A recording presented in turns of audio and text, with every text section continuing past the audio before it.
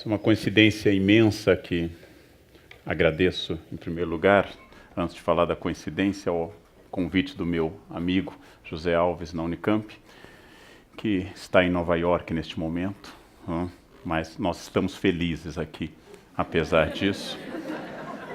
E também a própria CPFL e a TV Cultura, que gentilmente renovam este convite para poder vir falar num espaço tão especial, tão agradável, que é este café filosófico.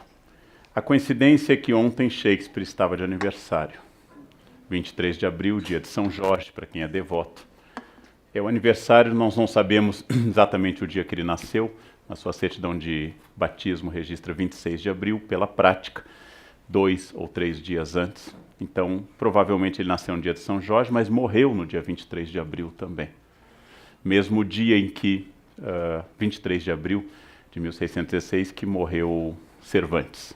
Só que a Espanha seguiu o calendário gregoriano e a Inglaterra não. Ou seja, Shakespeare morreu há 399 anos e o ano que vem será o 4º centenário da morte de Shakespeare, com comemorações no mundo inteiro. Se ele estivesse vivo, ele faria ontem, 451 anos. Pouca gente, talvez só a Rainha Elizabeth II, pudesse lembrar desta infância shakespeariana. É um homem particularmente misterioso, porque Shakespeare nós temos pouquíssimos documentos. O nome dele aparece pouquíssimas vezes, de tal forma que houve até quem dissesse que Shakespeare não existiu. Tamanha a escassez de documentos sobre sua carreira, sobre os mistérios da sua vida. Foi muito moda no século XIX dizer que Shakespeare nunca existiu, que talvez tenha sido um codinome de Francis Bacon ou de outro intelectual, porque se dizia como um homem que não fez universidade, um homem que nunca saiu da Inglaterra, pudesse escrever sobre a Itália, sobre a Alemanha, sobre a França, sobre a Espanha, sobre a Sicília, com tanta propriedade, sem nunca ter feito uma faculdade. Como um homem podia ser tão original sem nunca ter feito nenhum destes cursos superiores? A minha resposta é exatamente a mesma que a maioria dos amantes de Shakespeare dá.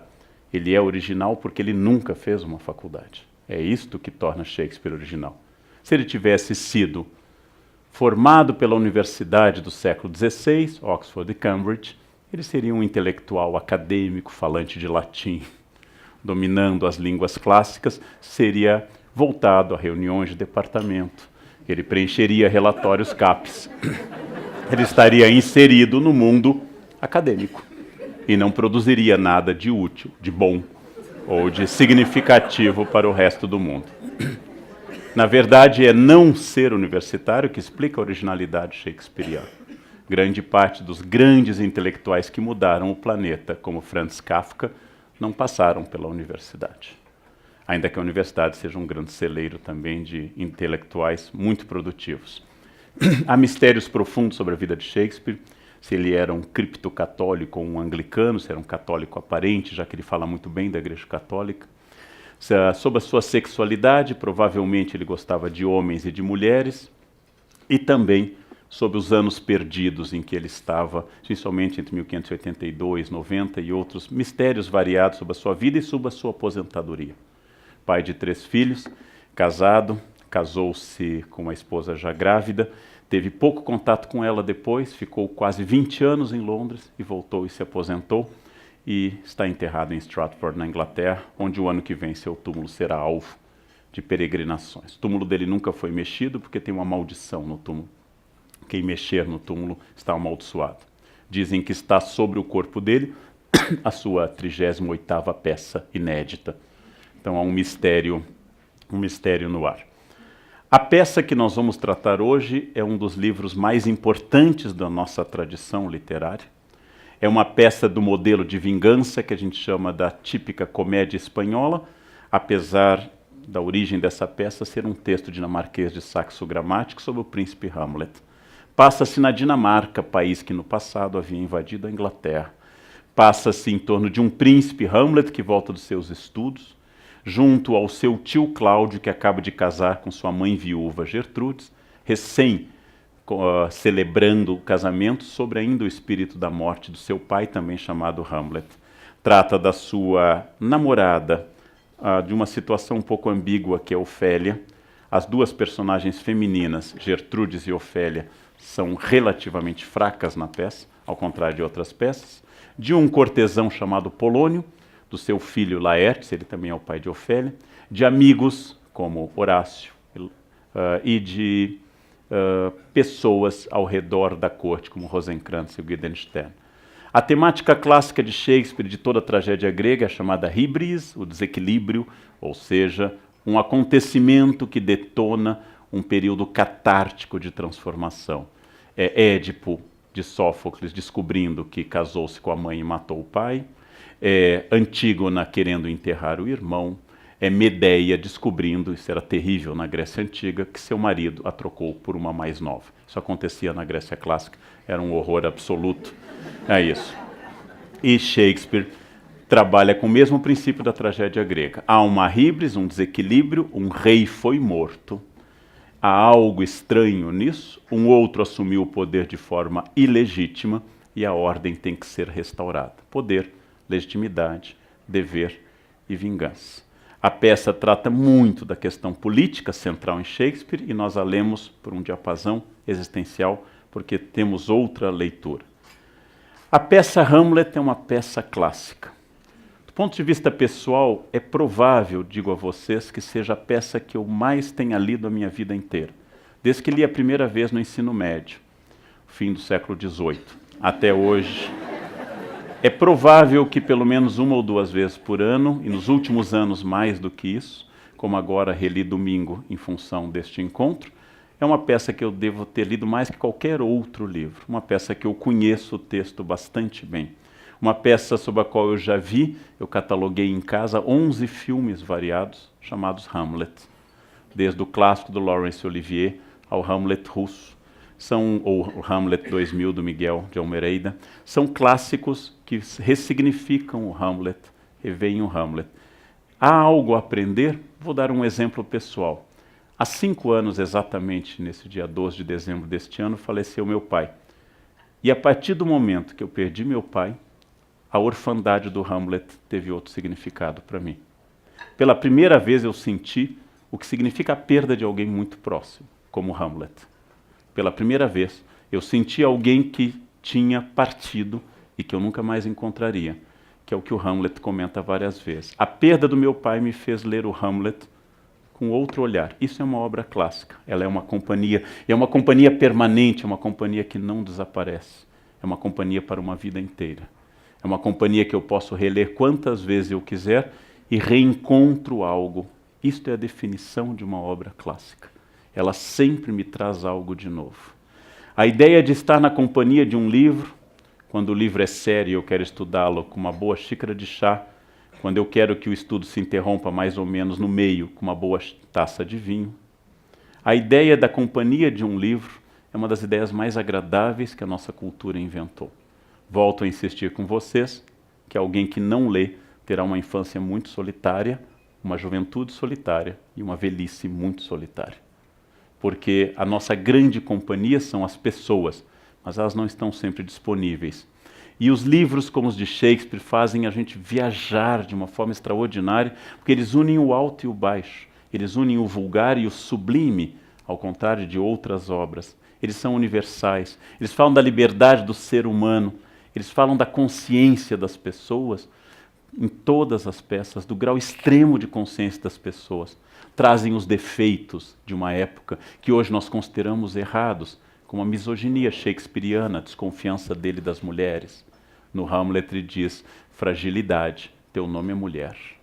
Pode ser traduzido também, Freud, por inconstância, teu nome é mulher.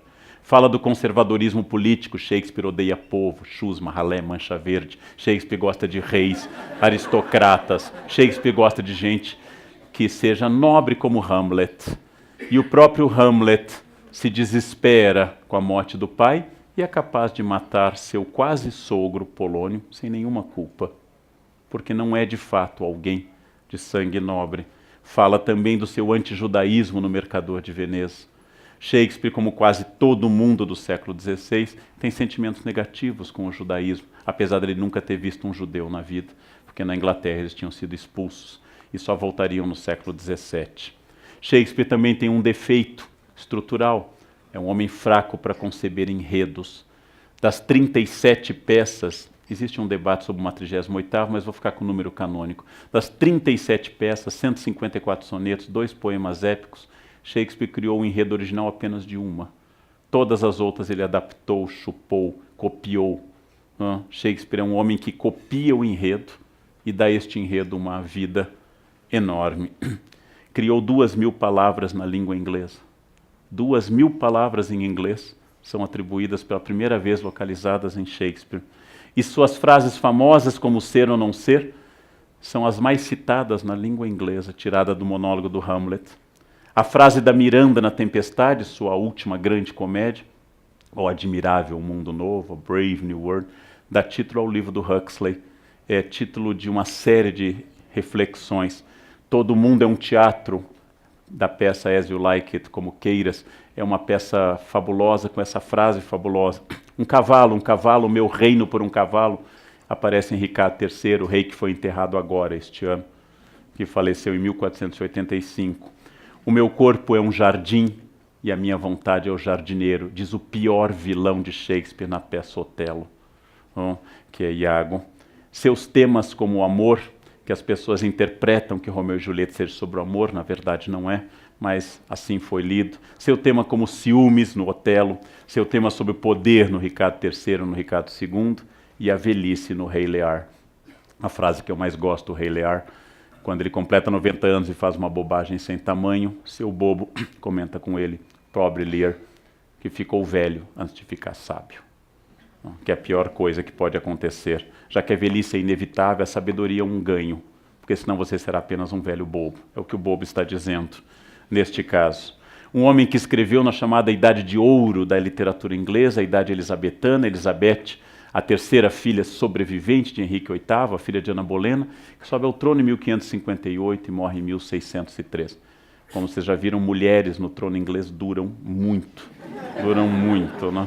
Absolutamente duradouras. E ele enfrentou bem a transição para a era Stuart, tanto que quando ele representou Hamlet para o rei e sua rainha, que era Ana da Dinamarca, a mulher do rei James VI da Escócia, primeiro da Inglaterra, ele cortou algumas frases do Hamlet, como, por exemplo, que os dinamarqueses eram bêbados, ou outras coisas. Ele cortou porque a rainha era dinamarquesa. Ou seja, Shakespeare, William Shakespeare, nós costumamos não traduzir seu nome, ninguém chama de Guilherme Sacode a Lança, William Shakespeare, Guilherme Sacode a Lança. Nós não traduzimos o seu nome, mas a peça Hamlet às vezes é traduzida no português de Portugal como Rameleto ou Ameleto. Meu amigo Rodrigo Lacerda lançou um livro sobre Hamlet ou Ameleto. Com tudo isso era para situá-los numa época em que a Inglaterra está se formando como nação. É ainda apenas Inglaterra, não há Reino Unido, não há ainda união com a Escócia, não há união com o país de Gales e com a chamada Irlanda do Norte. É um momento que a Espanha tentou invadir a Inglaterra, a maior potência mundial. Em 1588, a Invencível Armada tentou tomar a Inglaterra e não conseguiu. Este é um momento de exaltação nacionalista, de um público sendo formado, de um teatro diferente deste nosso. Nós temos um palco italiano, ou seja, público e palco. Os ingleses têm o palco elizabetano, o teatro vai com o palco até o meio do público, o público interage, joga coisas nos atores. Por isso que as peças começam com fantasmas, como em Macbeth, ou como no Hamlet, para o público calar a boca. A aparição de um fantasma assusta a plateia e eles ficam em silêncio, estratégia shakespeariana. Começar a peça com uma dança, com um raio, com uma tempestade, como no Macbeth, ou com a aparição de 3 bruxas no Macbeth, ou com uma grande batalha. Então, tudo isso faz parte de um universo que não daria uma aula, mas daria dezenas de aulas sobre Shakespeare. Uma personagem importantíssima na definição do homem moderno, como diz o Bloom. O primeiro grande homem moderno é o príncipe Hamlet. Mas meu foco não é analisar Shakespeare ou seu verso, o famoso pentâmetro iâmbico, mas é analisar especificamente 10 questões tópicas para aquilo que meu amigo José Alves propôs para este módulo, que é os clássicos e o cotidiano. O que tem Hamlet para me dizer hoje, neste mundo de Facebook, neste mundo de internet? O que Hamlet diria ao publicar foto no Instagram? Qual seria a relação do príncipe com este mundo? Qual seria a relação do príncipe com o fundamentalismo em ascensão? O que diria o príncipe Hamlet sobre tudo isso? E eu destaquei 10 perguntas ao príncipe, que eu acho que ele responderá pela minha boca, e talvez não seja fiel a ele, mas ele também entenderia isso. O príncipe Hamlet é o primeiro homem moderno, é o primeiro homem em quem a metafísica não tem poder, apesar da peça envolver 3 aparições de um fantasma. Apesar da peça envolver discursos religiosos, como o enterro de Ofélia ser lícito ou não, sobre o príncipe matar ou não o rei Cláudio, com medo que matando ele vá para o céu já que estava rezando, mas é a primeira vez em que nós estamos diante de um homem que toma decisões a partir de lógicas e estratégias. O príncipe Hamlet é a primeira personagem que vive o príncipe de Maquiavel. É a primeira personagem objetiva. São 2 príncipes, o florentino do início do XVI e o inglês. Vamos datar a peça, segundo a maioria dos autores, por volta de 1600. A crença no poder do eu, da ação e da liberdade. A glória e a tragédia do nosso tempo, a glória e a tragédia do nosso tempo é exclusivamente a nossa crença profunda no eu. E o primeiro ser que proclamou o eu como elemento fundante do mundo, ou seja, que pena que eu tenha que consertar a... Acho que o microfone está indo e voltando. E a primeira coisa que eu tenho que fazer é consertar a Dinamarca, este eu, que depois vai fluir nas redes sociais, sua origem é o príncipe. O príncipe Hamlet diz com certeza que ele é agente da sua história quando ele arranja uma peça dentro da peça, quando ele se finge de louco, quando ele engana as pessoas, quando ele aceita ou diz não às questões. É a primeira vez que o eu é soberano, e essa é a grande luta da modernidade.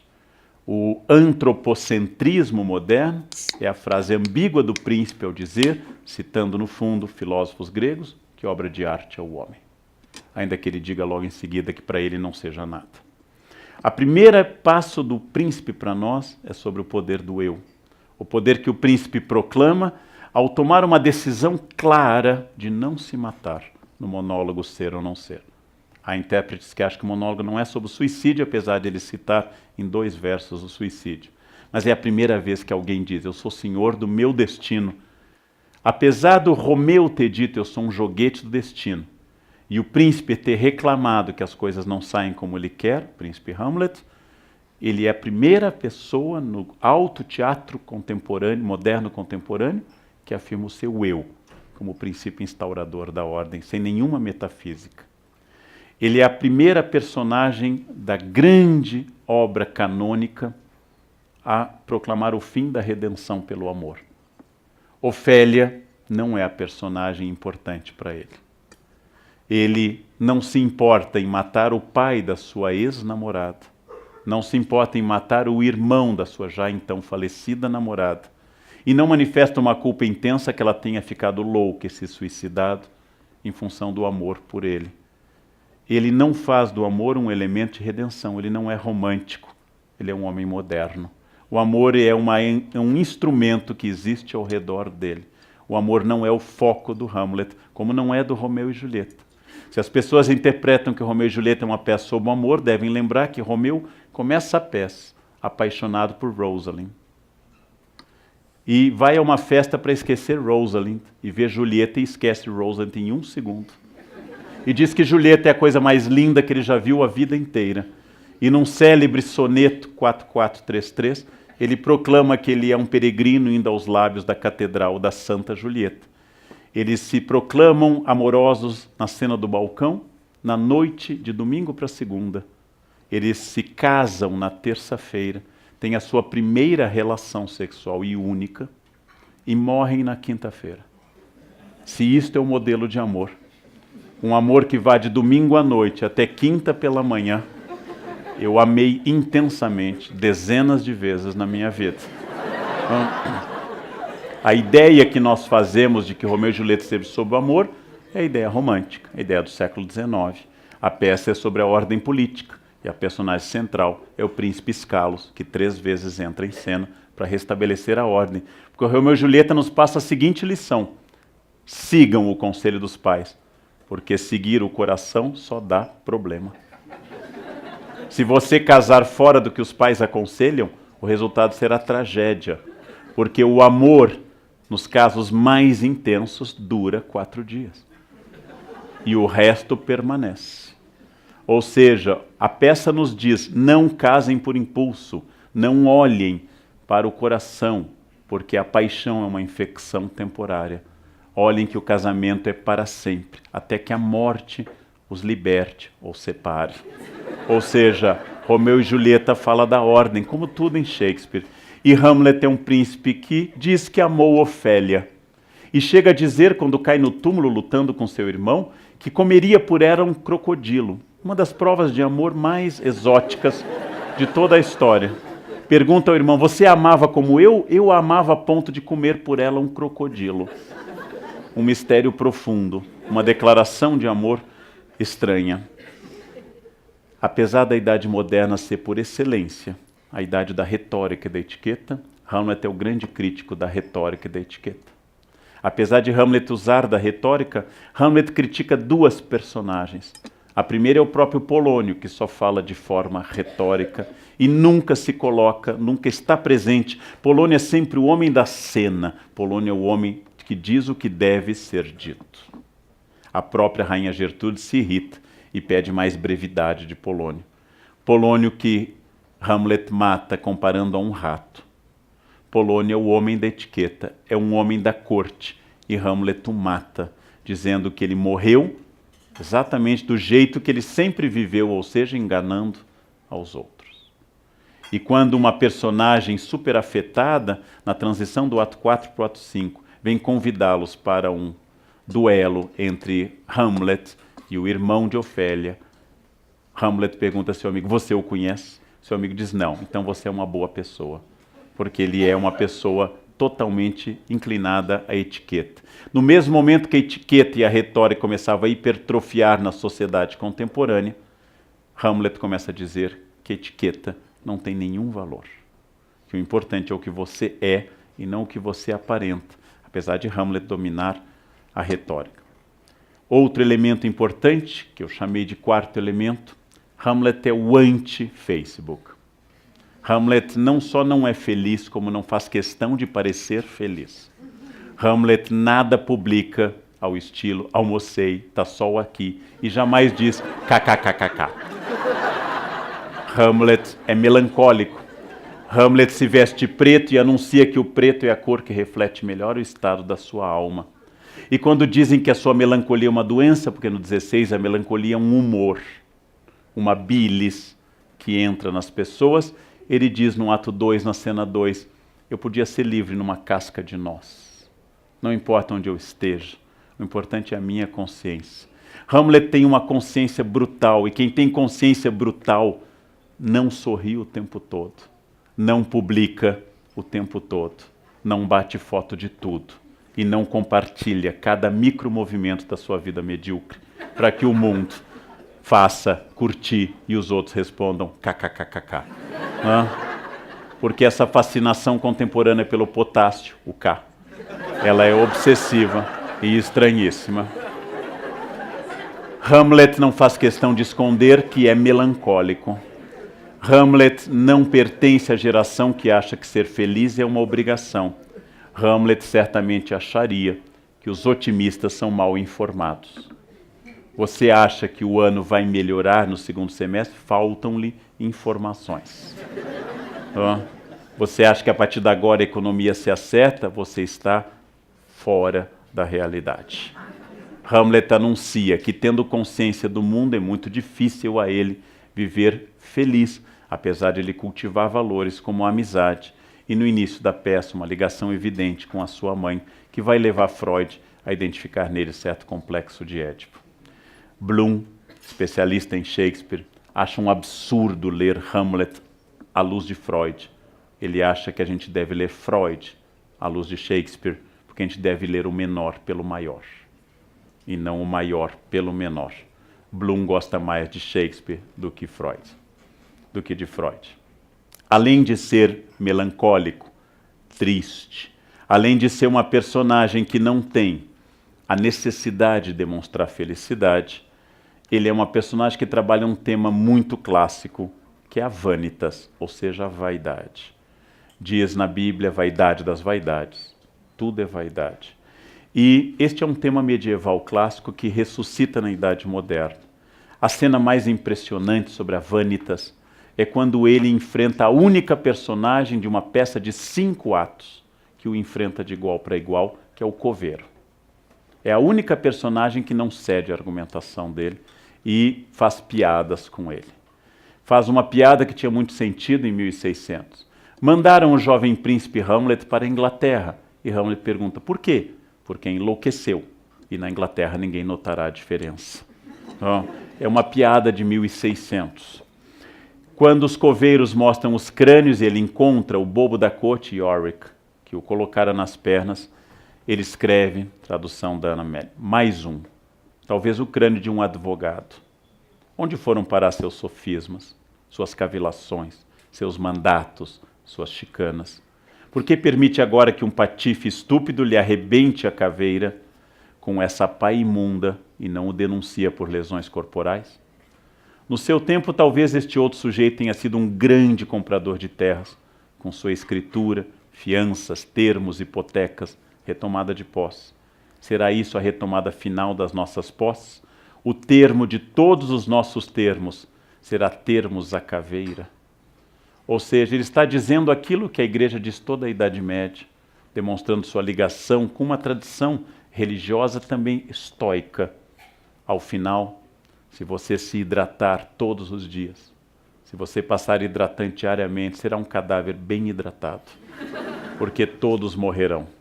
Os que tiverem botox, os hidratados, os maquiados, os maracujás de gaveta, todos morrerão.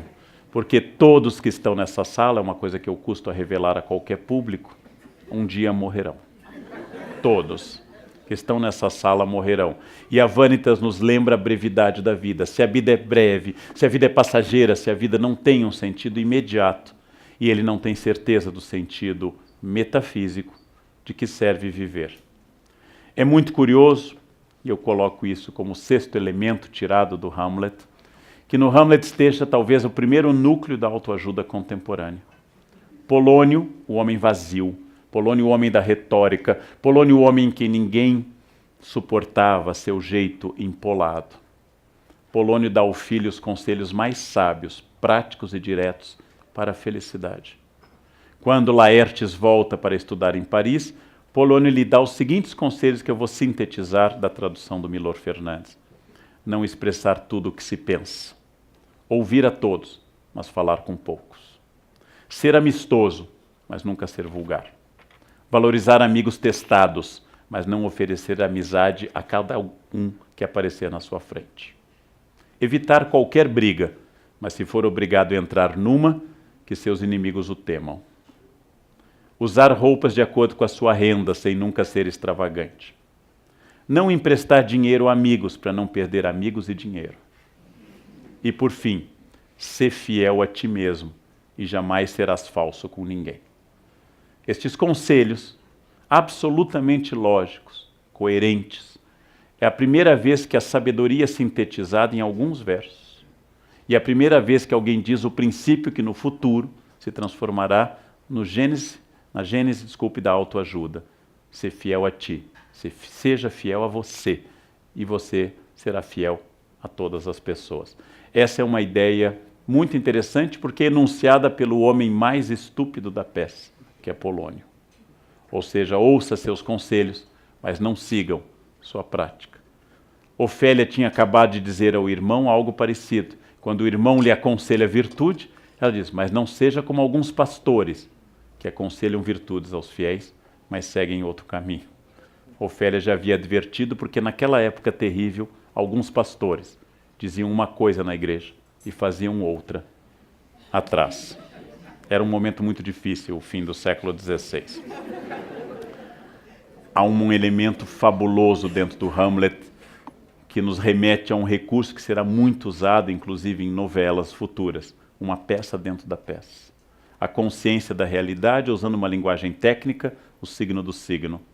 O mundo do Hamlet passa a ser mais real, porque o mundo da peça é mais irreal. Colocar uma peça dentro da peça, um filme dentro de um filme. Colocar este tipo de representação é algo que reflete uma consciência de dois planos. Um plano que se aproxima mais do real e um plano que pretende ser mais interpretativo. Há uma consciência terrível nele, que é sobre a política. A peça, como tudo em Shakespeare, tem um viés político. A frase mais citada da política shakespeariana é quando o príncipe diz: há algo de podre no reino da Dinamarca. Hamlet sente que a corte está tomada pela corrupção. Hamlet não sabe bem o que fazer. Hamlet não pode se apoiar no tio, não pode se apoiar na mãe, não sente firmeza em Polônio, e são mandados a eles dois amigos, que são, na verdade, alcaguetes, Rosencrantz e o Guildenstern. Hamlet tem que dizer: há algo de podre no reino da Dinamarca. Diz o grande Harold Bloom, dos maiores especialistas em Shakespeare, nos seus 2 livros sobre o Hamlet. Um capítulo do livro Shakespeare e a Invenção do Humano, e outro que é um livro inteiro dedicado ao Hamlet, que é Hamlet, Poema Ilimitado, um trecho citado do Polônio. Diz Harold Bloom: foi a consciência que o envelheceu, a consciência catastrófica da mazela espiritual que assola o mundo, que ele internalizou e que não quer ser chamado a curar, tão somente porque a verdadeira causa de sua versatilidade é o impulso rumo à liberdade. Faz séculos, os críticos concordam que o maior apelo do Hamlet é o paradoxo. Nenhum outro personagem da alta tragédia parece tão livre, mas o mal de Elsinore é o mal de todo tempo e lugar. Todo estado tem algo de podre, e os que têm sensibilidade semelhante à de Hamlet, cedo ou tarde vão se rebelar. Há uma categoria de pessoas, dando um conselho político hamletiano, que são as pessoas felizes. Essas pessoas felizes no Brasil seriam aquelas que acreditam profundamente, muitas pessoas acreditam, que a corrupção está a cargo de um partido. As pessoas que acham que a corrupção está a cargo de um partido e que bastaria tirar esse partido do poder para que o reino da justiça e da igualdade se instalasse no país, são pessoas muito felizes. São pessoas que substituíram cultos como do Papai Noel e do Coelhinho pelo culto da corrupção isolada. E quando eu digo isso, eu não estou dizendo que um ou outro partido não sejam notáveis pela corrupção. Eu estou dizendo aquilo que eu venho dizendo seguidas vezes em muitas manifestações, na televisão ou em textos, que a corrupção que Hamlet nota começa no leito da sua mãe na Dinamarca. A microfísica do poder. A corrupção começa no andar pelo acostamento. A corrupção começa no recibo de dentista comprado para entregar um imposto de renda. A corrupção continua no atestado médico falso entregue pelo pai para justificar o filho, que apenas vagabundeou para a prova. A corrupção continua com o colega, que na aula de ética política em filosofia assina a lista pelo colega, estudando Spinoza e a sua ética. A corrupção continua em todos os lugares, e apenas numa ponta do iceberg, como o último elemento da corrupção, ela chega a um partido, a um governo e a um poder. Se a corrupção fosse de um grupo, eu seria uma pessoa profundamente feliz, rejeitaria Hamlet, adotaria Paulo Coelho, seria uma pessoa absolutamente tranquila, porque a partir deste momento eu teria consciência que eliminando aquelas pessoas que são do mal, eu estaria livre. Hamlet, na sua consciência, vai percebendo que o mal vai por todos os lados, inclusive nele. E a consciência, como ele diz no seu mais famoso monólogo, Hamlet é responsável por quase metade das falas da peça. No seu mais famoso monólogo, ele vai dizer: a consciência nos torna covardes. Porque quanto mais eu envelheço, e Hamlet envelhece muito nos atos finais, é um dos mistérios da peça, Hamlet dá um salto cronológico. Quanto mais eu envelheço, mas eu tenho medo. Quanto mais eu tenho medo, mais eu vou tendo consciência do mundo. Eu comentei um dia numa aula que, diante de uma piscina nova numa casa em Florianópolis, eu desci como desce uma pessoa na minha idade. Primeiro botei a ponta do pé para ver a temperatura da água.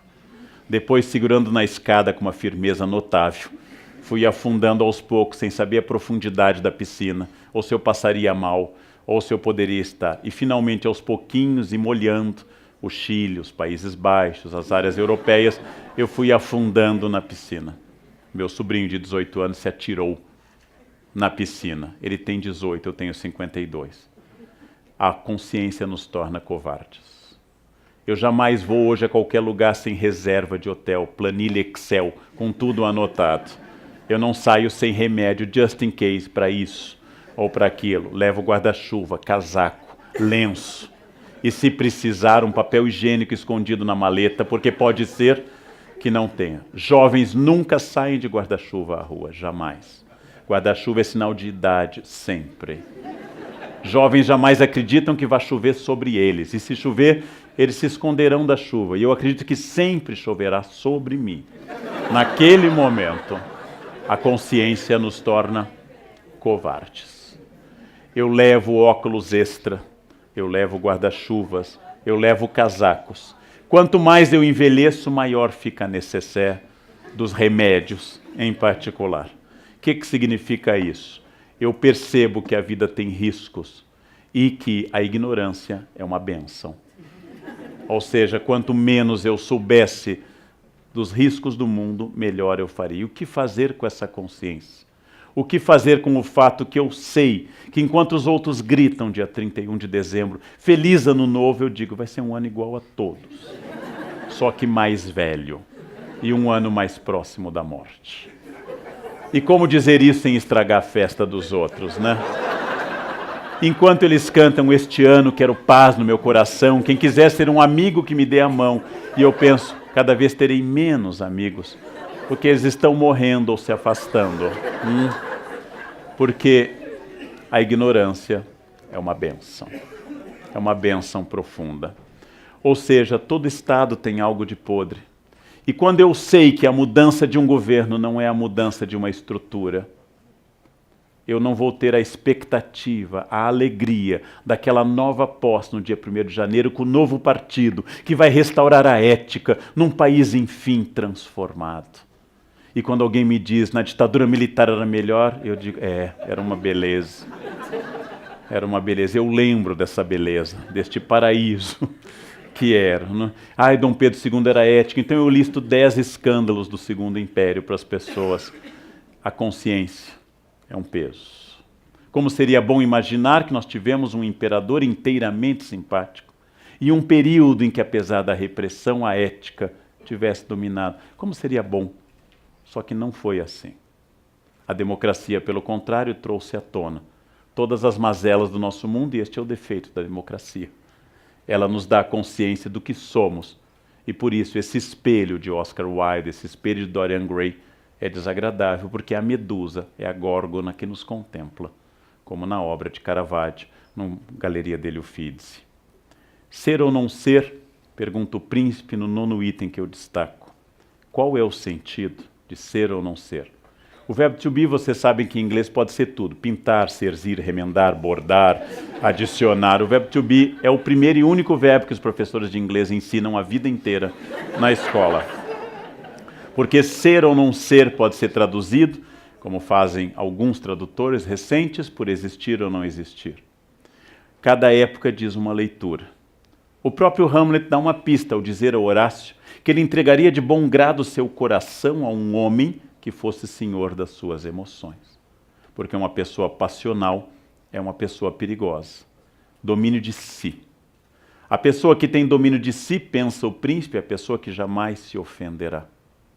Como eu já disse em sala de aula várias vezes, eu só posso me ofender se eu não me conhecer. Alguém me insulta dizendo algo sobre uma questão pessoal. Só há 2 hipóteses. A pessoa está dizendo a verdade, ou ela está mentindo.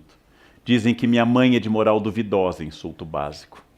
Eu reflito sobre a biografia da minha mãe e não constato na biografia dela nenhuma indicação de que ela tenha tido moral duvidosa. Pelo contrário, sua aparência nas fotos, nunca sorrindo, é de alguém que foi fiel a vida inteira a um único marido.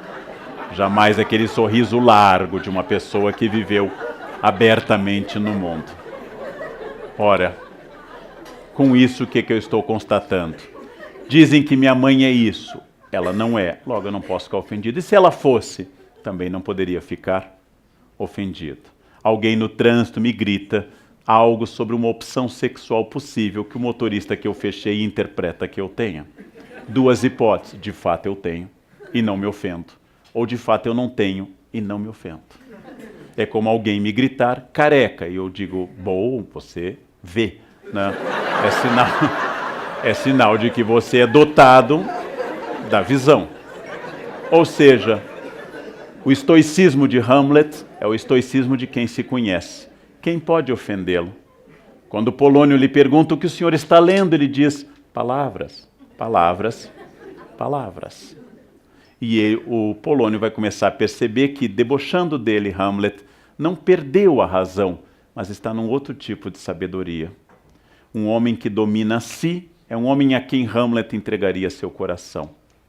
A consciência moderna nos leva ao grande mal da modernidade que ninguém resolveu e Hamlet apenas destapou essa pequena caixa de Pandora, a solidão estrutural da consciência moderna. Somos seres solitários. Sempre fomos, mas a consciência coletivista medieval dava a sensação de uma cristandade no Ocidente, de uma unidade, de um Deus que por todos zelava, de uma sociedade igual religiosamente.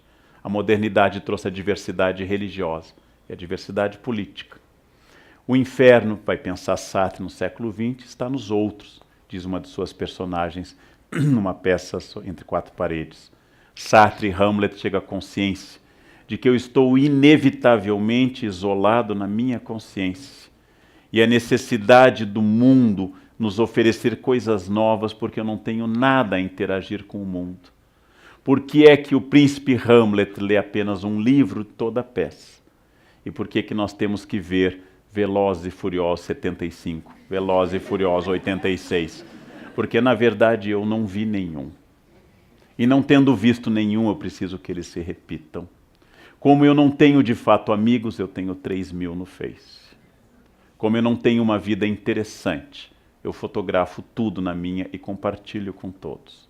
A minha solidão se insinua de tal forma, ela é tão estrutural, que eu tenho que fazer com que os outros me digam aquilo que eu desconfio, que a minha vida é uma vida que vale a pena ser vivida, através da observação dos outros.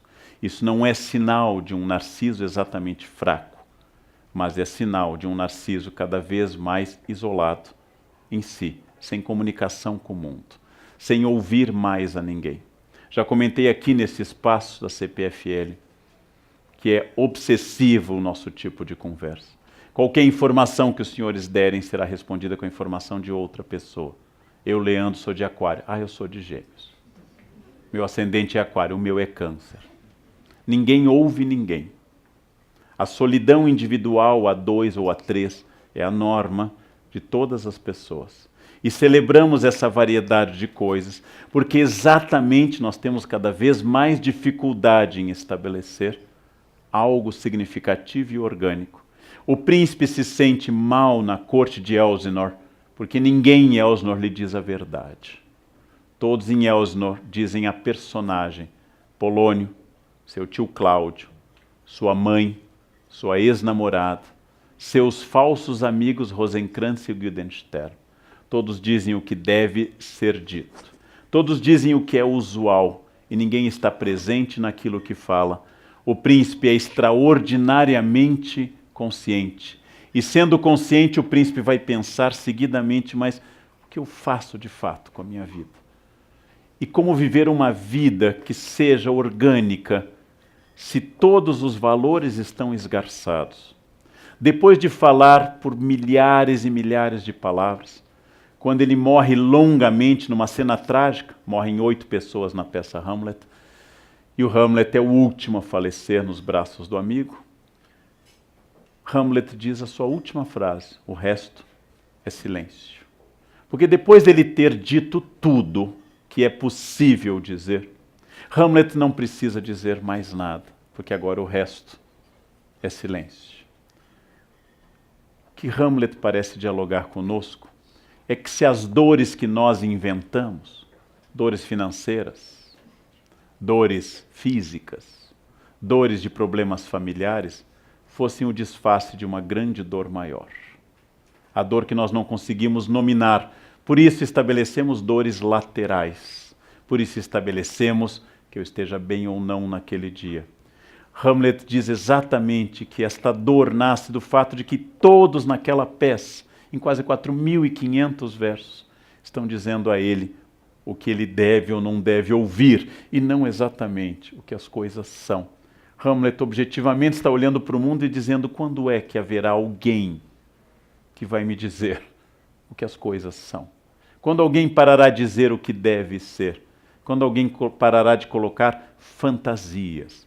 De beber muito, ele reclama da bebedeira da corte. De disfarçar sua dor. Quando alguém começará a estar presente naquilo que fala? Quando as pessoas começarão a ser e deixarão de não ser? Esta é uma pergunta muito dura de ser respondida. E como ela é muito dura, a maior parte de nós prefere não respondê-la. Como nós falamos muito, é provável que nós falemos muito, e todo instante, ao celular, no WhatsApp, porque nós não temos mais nada a dizer. E não tendo nada a dizer, eu preencho esse vazio insuportável com falas constantes. Hamlet nos convida a olhar, essa é uma cena que não está prevista na peça, mas assim foi interpretada desde o século XVII, a olhar para uma caveira. Quando ele faz o seu monólogo olhando para uma caveira.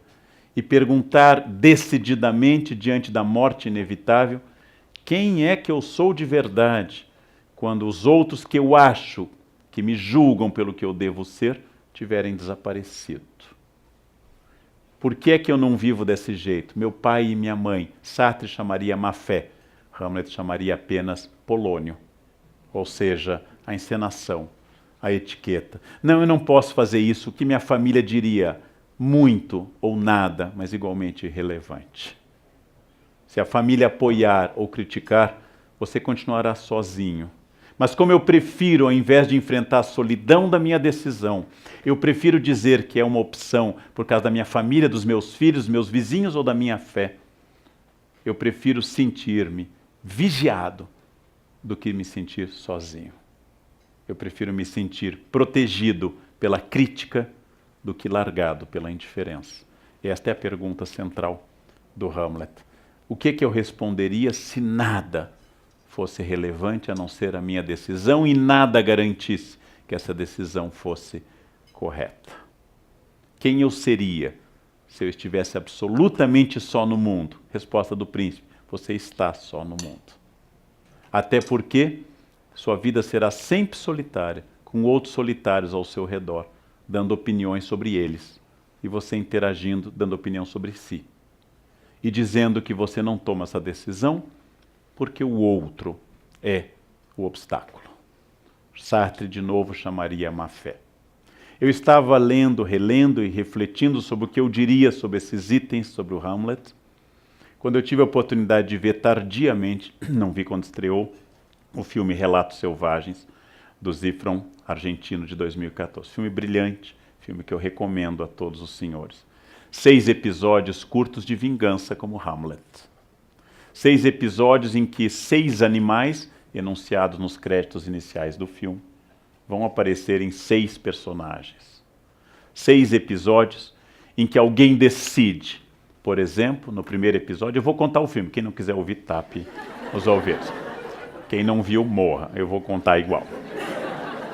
No primeiro episódio, descobre-se que alguém reuniu num único avião todos os seus inimigos e decidiu jogar esse avião contra um casal que são seus pais, que só descobrimos nos créditos do filme que eram seus pais. Como seria interessante pegar um avião, juntar quem fez bullying comigo, vizinhos, alguns parentes, ex-maridos, ex-mulheres, ex-noivos, ex-noivas, gente que esteve comigo, gente que se recusou a estar comigo, alunos, eventualmente, um ou outro. Naturalmente nenhum meu, eu não colocaria nenhum. Né? Pessoas do meu mundo, uma ou outra síndica da minha existência. Se eu pudesse colocá-los num avião e jogá-los, o que diria Hamlet, relido à luz da nossa consciência contemporânea?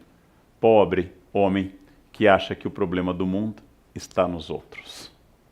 Pobre homem que nessa vingança achou que ele era mal amado porque os outros eram incompreensíveis e jamais olhou para a sua própria caveira e perguntou: será que eles não tinham razão e que eu não era uma pessoa medíocre?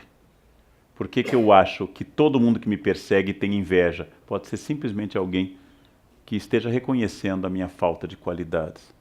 Será que humildade não é o disfarce ético da falta de qualidades? Uma briga de trânsito vale a pena? O filme mostra duas pessoas que, envolvidas numa híbris, num desequilíbrio, vão até a morte. E quando os dois estão queimados num cadáver final, o guarda lança a hipótese: é um crime passional. E provavelmente sim. Não passional porque os dois homens, machos, héteros, alfa, tenham tido um caso, mas passional porque ambos são vítimas da sua paixão. Passional porque ambos não se conheceram e decidiram que o ressentimento de dois mereceria a morte de ambos. Um por não ter o carro do outro e outro por não permitir que um carro simples barrasse a sua passagem. Se a minha honra está no ano do carro, há algo de podre no reino da Dinamarca. Muito podre. Como é que eu posso ser racional, um engenheiro, num estado latino? É o que descobre o senhor Bombita, um homem que pensa racionalmente, mas descobre que ele é guinchado e multado sem razão. E ele decide que o Estado deve ser racional. E ele morre nessa tentativa, não morre no sentido físico, mas ele decide se vingar do Estado. Curiosamente, ele é amado apenas quando faz essa vingança. O que fazer se o meu pior inimigo vier jantar no meu restaurante? Colocar veneno de rato na comida, obviamente. E matar o filho dele também, o mal é hereditário. Tem que ser punido igualmente. Como é que eu livro um filho que se meteu numa grande enrascada ao atropelar uma grávida? Pagando a todos os envolvidos. E tratando daquilo que Marx previa no 19, transformar todas as relações em mercadoria, já que todos são corruptos. O filho, a mãe, o pai, o advogado corrupto, um pleonasmo, e todo o resto envolvido. E o episódio mais longo e mais instigante: a noiva que está feliz casando no seu melhor dia da vida e descobre, coisa terrível, o filme é na Argentina, obviamente, não é no Brasil, que seu noivo a traiu e convidou a mulher com quem ele a traiu para o casamento. Horrível isso, né? É ficção, isso é ficção cinematográfica. Muito curiosamente, a noiva decide se vingar, basicamente, giving. Não? Basicamente, ela decide se vingar saindo com o cozinheiro. Depois passa a agredir a concorrente ao jogá-la num espelho e quebrar sobre ela. E por fim, os dois se enfrentam quase a ponto da morte e finalmente descobrem, um no outro, que naquela violência do traidor e da assassina, agora adúltera, um respeita o outro e enfim eles descobrem o amor. Estranhíssimo, absolutamente natural. Até então eles tinham descoberto o noivado, e a data do casamento, e o vestido, e o pastrame quente citado no filme. Eles tinham descoberto a música do casamento, eles só não tinham olhado um para o outro. E ao se olharem em meio à situação de destruição da humanidade, ao se olharem no fundo do poço da agressão, os dois acabam constatando que se amam porque um animal olhou para o outro e se reconheceu como parte da manada. Um parou de idealizar o outro e pela primeira vez sujos de sangue e quase mortos, eles descobrem que se amam, como o senhor Bombita só é respeitado na prisão e como os dois homens do trânsito só se encontram e se amam quando se matam e na morte. Hamlet diria, às vezes é preciso matar 8 pessoas para que a corte da Dinamarca se veja. Às vezes é preciso apenas tentar matar o marido para que ele descubra que eu o amo. Isso não é uma indicação pessoal, gente. Quero deixar claro que isso é uma análise literária. O que fazer diante da consciência? Hamlet percorreu 5 atos. Hamlet percorreu 5 grandes atos, na maior peça em tamanho de Shakespeare, para testar a amizade com Marcelo, para testar a falsa amizade de Rosencrantz, para descobrir que sua mãe cedeu apenas à sua sensualidade, para descobrir que seu pai quer vingança, e para chegar ao ponto em que, tendo matado Polônio, tendo matado Cláudio, tendo se envolvido numa trama que levará à morte de sua mãe, que levou ao suicídio de Ofélia, que matou o irmão de Ofélia, e que ele próprio acabou sendo ferido pela espada envenenada, em que ele passou por toda a provação, e ele está pronto agora para olhar as coisas com objetividade. Como a peça segue regras retóricas, como todas as grandes tragédias, a personagem deve se mutilar ou morrer ao final. Ou ela deve matar, ou ser morta, ou se mutilar. Édipo arranca os olhos. Ifigênia, Ismália, todas as personagens trágicas, da Grécia até Amor de Perdição, de Camilo Castelo Branco para Sófocles atrás. Todas as grandes peças nós temos que purgar, temos que chegar à catarse. E Hamlet nos oferece um caminho um pouco distinto. Não é necessário que você mate 8 pessoas e a si, ou 7 e a si, para que você atinja a sua consciência. É necessário que pela primeira vez na vida, diz o Hamlet em longos monólogos, você consiga dizer apenas o que as coisas são. E para isso Hamlet teve que se fingir de louco. Me disse um psiquiatra no Rio de Janeiro, num congresso, e quando ele era diretor da Pinel na década de 70, todos os esquizofrênicos e outros abalados andavam pelo pátio da Pinel fazendo isso. Andando para lá e para cá, falando num telefone imaginário. E ele descobriu que com a invenção do celular todos andam assim, que os esquizofrênicos apenas eram visionários do que seria neste momento. Diz ele também que todos os com síndrome persecutória viam câmeras filmando de todos os lados. E hoje nós estamos sendo filmados de todos os lados. Os loucos foram apenas faróis da raça, pessoas que intuíram o que aconteceria. Porque, como escreveu Erasmo no Elogio da Loucura, às vezes é preciso ser louco para dizer o óbvio. Às vezes é preciso ser louco para dizer que todos os problemas que nos são mostrados na televisão são problemas falsos, para que nós não vejamos os reais. Que todas as fotos que são exibidas nas revistas são enganos de consciência, para que eu não veja o que eu não quero ver, o rosto da Medusa. Que todas as festas são um barulho alto para impedir que eu expresse a melancolia densa e profunda da minha existência. E que quanto mais eu fotografar e passar adiante, comunicar, e quanto mais eu escrever potássio, potássio, potássio, é maior sinal que eu estou triste, triste, triste. Porque eu estou precisando que o mundo inteiro curta a vida que eu não estou curtindo. Que o mundo inteiro me diga como é legal a vida que eu próprio estou achando insuportável. E se muitas pessoas me disserem isso, eu consigo evitar que o resto seja silêncio. Eu consigo evitar a solidão. E eu consigo, finalmente, descobrir que eu vivo em sociedade, mas que a minha consciência é minha, que o meu projeto é meu, que minha vida é absolutamente minha, que ela é resultado das minhas escolhas, que o meu eu é imperativo, que eu estarei onde eu desejar, construirei a família que eu desejar, a partir de uma série de reflexões e ações que vão interagir com o real, que vão interagir com a decisão das outras pessoas. Escreveu em espírito Foucaultiano um filósofo que nós estabelecemos hospícios a partir do século XIX para que nós pudéssemos ter a certeza de que os que estão lá dentro são loucos. Logo, por consequência, conclusão lógica, eu não sou. Se eu não estou no hospício, há uma chance grande de eu não ser louco. A Idade Média não tinha hospícios, porque a separação entre loucos e não loucos era muito mais fluida na Idade Média.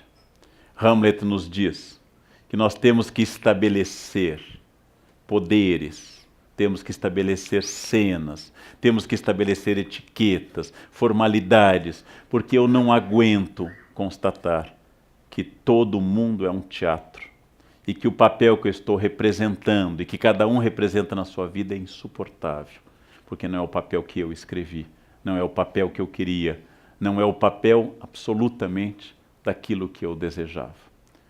Recebi uma revelação de um senhor, que muito simples, porteiro de um local que eu frequento, confessou-me que retirou todo o seu fundo de garantia de uma vida inteira para assistir, não vou identificar o time, um time que ele seguia que jogaria no Japão uma mundial de clubes. Ao narrar isso, todas as pessoas que ouviram a história ficaram horrorizadas.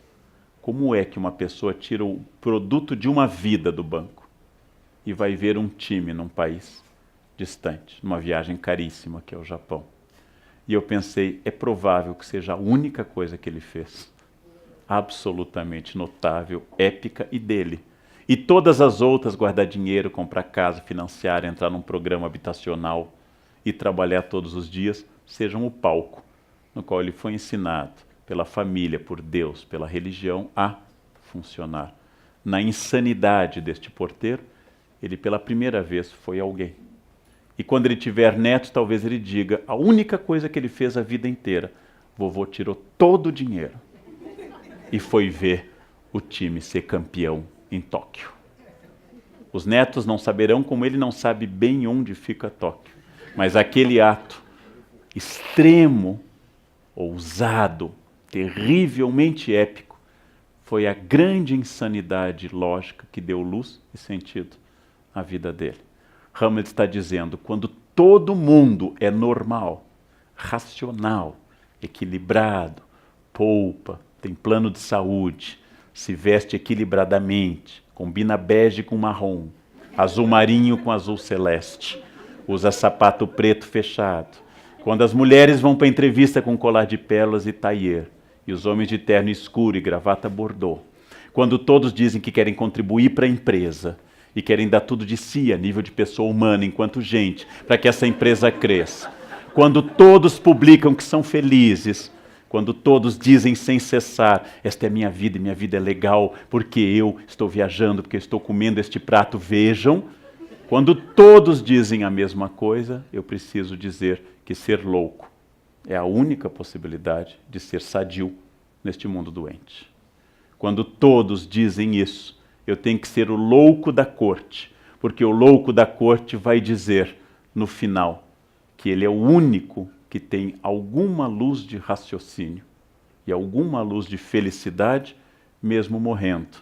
E é por isso que seu amigo diz ao final o melhor elogio diante do cadáver e um pouco antes da entrada do rei que restaurará a ordem na corte. Diz, bons sonhos, doce príncipe. Se tivesseis reinado, seríeis um grande rei. Hamlet não reinou, porque Hamlet chegou a um ponto tão grande de consciência e de sabedoria que Hamlet não precisou pegar a coroa para ser príncipe e senhor da sua vida. Hamlet foi o primeiro homem livre, autônomo, como diz Bloom, o primeiro homem moderno. E ele nos desafia permanentemente. Eu tive que matar toda a corte e morrer para chegar a isso. Que preço?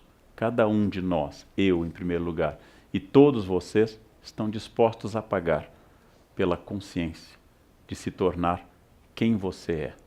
Hamlet pagou um preço altíssimo. É um risco e um desafio. E um risco tão grande que é compreensível, porque a maioria não queira dar este passo. Porque ser normal neste mundo é ser louco. E ser enquadrado neste mundo é, em primeiro lugar, ser alguém que serve para o palco alheio, para a peça escrita pelos outros, para o roteiro definido por terceiros, e ao final, com uma morte solitária, sem a palma de ninguém, apenas com uma biografia vazia e absolutamente infeliz. Hamlet morreu como um doce príncipe, tendo purgado do mundo todos que viveram papéis distintos. Um preço alto, épico, teatral e retórico. Nós podemos aprender com o príncipe a capacidade de viver numa casca de nós e descobrir que a felicidade, que a busca da consciência, que a crítica social, que a ação política, que o engajamento não dependem nem do lugar, nem da hora, nem do momento, mas apenas e exclusivamente daquilo que eu decida para aquela casca de nós onde ele encontra todo o universo. Todo o universo está contido na minha consciência, porque é a única coisa que eu tenho. Eu sozinho, lendo um livro, ou eu trocando ideias como eu troco essa noite com os senhores, é um momento em que as nossas consciências se questionam, avançam. E eu posso dizer, muito longe do espírito da autoajuda que diz, aceite-se e você será feliz. É muito mais grave do que isso. É tente descobrir vagamente quem você é. Não? Então você não será feliz, mas sua consciência vai pelo menos fazer com que você não seja falso, vazio e comum. E que você pare de postar felicidade falsa, que não convence a mais ninguém há muito tempo, nem a você mesmo. Por isso que você passa cada vez mais horas postando ao celular, porque a dose da droga tem que aumentar à medida que o corpo resiste a ela. Hamlet está nos dizendo, digam ao celular, digam ao computador, digam ao emprego, digam à roupa, digam à família, digam à academia, digam a tudo, pelo menos uma vez na vida, quem é que manda? Porque até o momento são eles que mandam. Hamlet está dizendo, comece a fazer algo, porque se você não fizer, em breve o resto será silêncio. E esta é a lição do príncipe. E cada vez que eu leio o príncipe, eu me envergonho de ser muito menos do que a consciência dele é. Eu me envergonho de ainda ser tão social, tão enquadrado. Eu me envergonho de várias coisas. E me alegro que aqui, na minha contradição, na minha hipocrisia, na minha absoluta mediocridade, eu consigo olhar para o príncipe e dizer, eu gostaria de um dia, ao envelhecer, pelo menos tentar ficar sábio. Ou seja, seguir o conselho do rei Lear. E não seguir a paixão com que Otelo matou Desdémona, com que Macbeth matou seu rei, com que Romeu e Julieta se mataram sem querer, e com que o Hamlet matou querendo, praticamente, todo mundo, e ainda se orgulhando de que ele tinha atingido na morte a consciência final. E era isso que eu queria trazer do bom príncipe Hamlet para a nossa noite. O resto é silêncio. Muito obrigado, gente, pela atenção. Obrigado.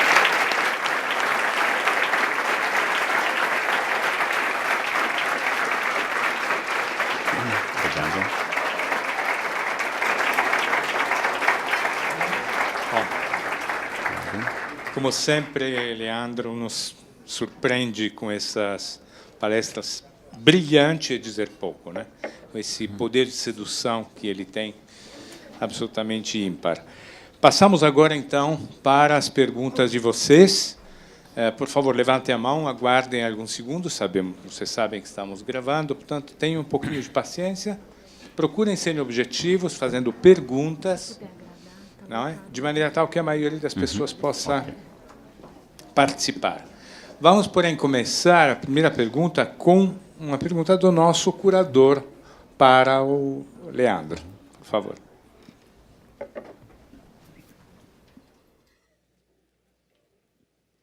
Boa noite, Leandro. Eu gostaria de agradecer a sua participação no ciclo do Café Filosófico. E a minha pergunta, a partir da sua exposição brilhante sobre Hamlet, é o que Hamlet poderia dizer sobre a política brasileira nos dias atuais? Diz isso e vai para Nova York, né?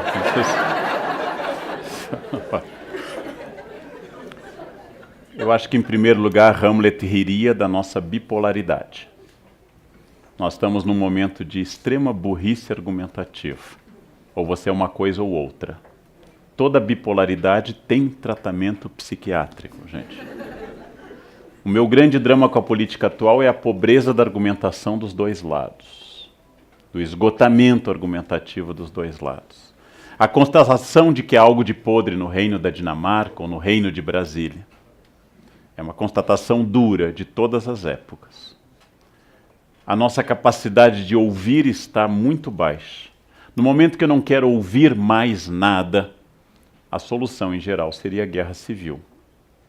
Quando eu não quero ouvir o que o outro lado quer dizer, a Espanha disse isso em 1936. Então nós vamos dividir o país ao custo de talvez 1 milhão de mortos. A guerra civil é o encerramento do diálogo. Nós somos uma sociedade complexa e variada. Somos uma sociedade com várias virtudes e vários defeitos, e a primeira condição seria ouvir. Ouvir para fugir da bipolaridade. A bipolaridade é um recurso retórico. Ou você é Deus ou o diabo. Ou você é o bem ou o mal. Ou é Corinthians ou é Palmeiras. Ou é petralha ou é coxinha. Essa bipolaridade, a esperança que eu passo a vocês é que ela é tratável. Há medicação para isso. Ela se resolve relembrando os objetivos em comum da grande política e não da política partidária. Nenhum dos partidos que ora nos dirige tem a idade do país. Nenhum abarca a complexidade do país. Todos, com seus bons e maus seguidores, são soluções dadas momentâneas. Então, dizendo ao meu amigo Zé, que é especialista em política e gosta muito de política, que a primeira condição da política é o diálogo, porque o diálogo nos humaniza. E você entende que, em geral, seu ódio ao outro é seu medo de si. Essa seria a resposta hamletiana.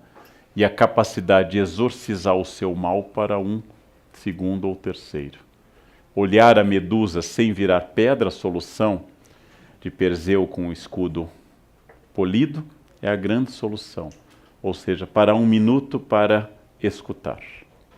E não apenas recusar a isso. E acima de tudo, sem inventar que no passado tudo era melhor. Isto é uma fixação bastante problemática sobre o passado. Bom, o passado era diferente, com várias coisas melhores e outras piores. Mas as pessoas inventam o passado, que, como lembra Agostinho nas Confissões, só temos o presente contínuo. E eu invento à vontade sobre a memória do passado. Então, respondendo agora conclusivamente, a política brasileira precisa, urgentemente, que as pessoas conversem entre si e que decidam depois o que fazer. E parem de demonizar o que é diferente. E parem de achar que a qualidade é um fenômeno isolado num único estado e que o resto é dominado pela podridão. Isto é fantasia e psicose. Bem, outra questão? Por favor. Boa noite, professor. Boa noite. O Café Filosófico está sendo transmitido ao vivo pelo site da CPFL Cultura, onde mais de 800 pessoas acompanham a palestra online e participam do chat. A Sônia pergunta: será que não estamos quebrando essa ideia de solidão quando somos solidários? Quando pedimos uma cidade humanizada, plural, coletiva e respeitosa às diversidades? Pode ser que sim, Sônia, e agradeço a pergunta. Mas solidário tem uma raiz semântica muito próxima de solitário. E é importante pensar que eu posso querer o respeito à diversidade como um gesto político que eu apoio inteiramente, ou eu posso querer o respeito à diversidade para que eu possa existir sem ser incomodado. Então, constituir guetos de identidade pode ser um gesto de respeito, e pode ser um gesto de isolamento. Nada é em si, ou, como diz o Shakespeare, assim o é, se lhe parece. Então é preciso pensar que solidariedade é um gesto político de cidadania. É muito interessante eu pensar, é muito interessante eu debater. A Sônia nos assistiu pela internet. Aqui embaixo nós temos um auditório lotado de pessoas assistindo, que são, como disse Jesus a Tomé, pessoas que acreditaram sem ver. Então vai o nosso elogio àqueles que não viram, porém creram. Nossa crítica de Jesus à postura do apóstolo Tomé. Então, eu gosto muito da ideia de cidadania, da solidariedade. Gosto muito dessa ideia. Mas temo que o discurso contemporâneo tenha a ver com uma prática norte-americana, que se eu tiver no Supremo Tribunal Federal um negro, uma mulher, uma lésbica, um gay, um heterossexual, um branco, um loiro, um raquítico, um anêmico, um chinês, eu garantirei a democracia, como se qualquer um desses não fosse apenas um ser humano. E como se eu pudesse garantir a democracia pelo mosaico. Ou seja, de que claro que a representatividade da individualidade e da especificidade é fundamental. Mas a solução também pode esconder uma vontade, que cada um seja o que quiser à vontade, sem precisar negociar com ninguém. Esta diferença, que eu acho que isso é muito mais contemporâneo e forte hoje. Outra questão?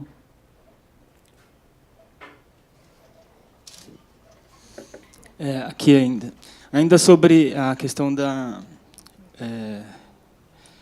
internet, tem uma pessoa que, infelizmente, não se identificou, mas ela pergunta se as redes sociais potencializam o poder do eu. Uhum. Algumas pessoas apelidaram o Facebook de a revista Caras do Povo Não Famoso, porque o sonho de todas, segundo ele, é fazer sucesso algum dia. O que você pode falar sobre isso? Acho que é uma versão otimista essa, porque pressupõe que esteja na cara seja famoso ou importante, em primeiro lugar. Eu podia chamar a Caras do Facebook dos wannabe famosos, né? Na verdade, é uma injustiça com a fama e com a Caras, né? Nos dois casos. Eu acredito que nós estamos gritando desesperadamente para sermos observados. Eu acredito que nós nos sentimos muito solitários. Eu acredito que potencializamos o eu, mas atomizamos, se preferirem a metáfora física, ou capilarizamos, se preferirem a metáfora biológica. Nós temos, desde a invenção da imprensa, século XV, na Alemanha, a invenção da grande imprensa de jornalismo, século XIX para o XX, a televisão no século XX e o rádio no século XX, nós temos um crescimento gigantesco da capacidade de comunicação com o grande público. Ainda estamos lidando com estes fatos, mas sem sombra de dúvida, as pessoas estão dando opinião sobre tudo e esse é um bom exercício. A minha pergunta é se alguém está ouvindo a opinião alheia, se alguém está lendo a dos outros. Se eu tiver 35 grupos de WhatsApp, família, amigos, emprego, festa, etc. Se eu tiver 3 contas de Instagram, se eu tiver 4 perfis no Face, inclusive um fake para sacanagem, se eu tiver tudo isso, quem que eu estou lendo de fato, se todo o meu tempo é consumido pela atualização dessas questões? Eu, como pessoa mais velha, assisti ao nascimento do celular, assisti ao nascimento do computador pessoal, vi tocar o primeiro celular em sala de aula. Os jovens não sabem disso, mas não havia celular antes. Eu sei que essa ideia é uma ideia muito extraordinária. E como me dizem algumas alunas, não posso desligar, professor, eu tenho filhos. Como será que nossas mães nos criaram sem o celular? Ou seja, minha preocupação não é com a tecnologia. Eu uso o celular e gosto muito, e ele é muito útil, ele resolve muitas coisas para mim. A minha preocupação não é tirar ou reforçar o celular. Isso é secundário, isso é uma pergunta secundária. A minha preocupação é quem sou eu que preciso estar presente com tantas personagens, em tantos espaços, para que tanta gente me veja. Quando eu falo, às vezes, na televisão, e essa televisão tem interação via redes sociais, eu tenho a sensação que ninguém escuta. Eu tenho a sensação que muitos telespectadores estão casados comigo, não me escutam e não temos sexo. Ou seja, é um casamento absoluto. Eu tenho a sensação que cada um emite a sua opinião imediatamente quando identifica que eu disse alguma coisa. E graças a isso, ficam mandando mensagens. A participação é muito boa. E quando eu escuto e interajo, ela é fundamental. Nós temos a chance de uma virada, vou usar uma palavra mais difícil, epistemológica no século XXI, em que o conhecimento atingiu um novo patamar de validação. Temos a chance, mas isso ainda não ocorreu. Nós não estamos mais brilhantes ou mais produtivos do que há 30 anos. Apenas estamos incrivelmente mais ocupados com o mundo virtual. Eu saí com uma profissional de arquitetura que fazia um trabalho para mim e ela sentou comigo para jantar e discutir um problema de reforma e ela atendeu o celular. Eu fiquei esperando, certamente era algo grave. Continuamos a conversar, ela atendeu novamente. Eu esperei, certamente era algo gravíssimo que impedia a nossa reunião.